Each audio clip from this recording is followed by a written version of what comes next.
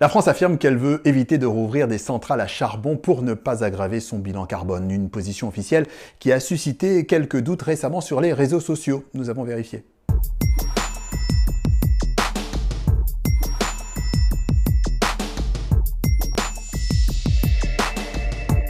Interrogé il y a quelques jours sur la méthode choisie par la France pour faire baisser les émissions de gaz à effet de serre, Olivier Véran, le porte-parole du gouvernement, a répondu ceci. On y arrive en évitant de rouvrir des centrales à charbon, contrairement à ce qu'ont dû faire un certain nombre de pays européens. Référence à l'Autriche, aux Pays-Bas ou à l'Allemagne qui relancent leur production de charbon pour alimenter leurs centrales électriques. En France, ces propos du ministre ont surpris. Certains internautes notent que l'annonce de la réouverture ponctuelle de la centrale à charbon de Saint-Avold en Moselle avait été faite à la fin du mois de juin. Par ailleurs, la loi sur le pouvoir d'achat adoptée le 3 août dernier permet d'envisager la relance d'autres centrales à charbon.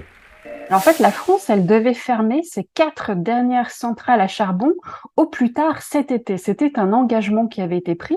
Et finalement, une centrale, celle de Cordemais, va continuer à fonctionner. Et une autre centrale, Saint-Avold, qui avait été fermée en mars, eh bien finalement, elle va être relancée. Le personnel a été rappelé, le charbon a été réapprovisionné. Et à Saint-Avold, le redémarrage est envisagé à partir du 1er octobre prochain. Une mauvaise nouvelle en perspective pour le climat, car le charbon est l'énergie fossile qui pollue le plus. Repartir sur le charbon est une catastrophe climatique. Donc il faut évidemment tout faire pour l'éviter. Mais peut-on l'éviter à court terme, compte tenu de la guerre en Ukraine et alors que le géant gazier russe Gazprom a décidé de suspendre complètement ses livraisons à la France? Pas sûr. Et d'ailleurs, si le gouvernement français garde l'option charbon, alors qu'elle pèse finalement pour moins de 1,2% dans la production nationale d'électricité, c'est parce que la principale source de l'électricité en France, le parc des centrales nucléaires, lui, ne tournera pas à plein régime.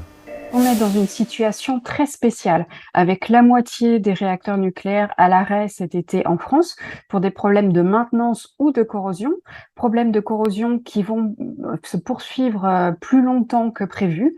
Et finalement, cet hiver, on va avoir un vrai problème sur la quantité d'électricité produite. Surtout si cet hiver est rude, et ça personne ne peut le prédire, mais ce qui est sûr, c'est qu'à court, moyen ou long terme, il faudra revoir certaines habitudes du quotidien. On peut faire des économies sans avoir d'incidence sur notre qualité de vie, pour commencer. Tout ce qui est l'éclairage publicitaire, l'éclairage la nuit, des bureaux. Ce qui va être demandé aussi, c'est de rénover, par exemple, les logements de manière performante pour réduire durablement la consommation d'électricité. Il faut vraiment que les actions qui sont menées aujourd'hui soient perçues comme des actions certes conjoncturelles par rapport à la crise actuelle, mais aussi des actions de long terme. Des actions conjoncturelles pour faire des économies d'énergie, mais aussi des actions structurelles pour permettre à la France de rattraper son retard vis-à-vis de la plupart des autres pays de l'Union sur la question du développement des énergies renouvelables.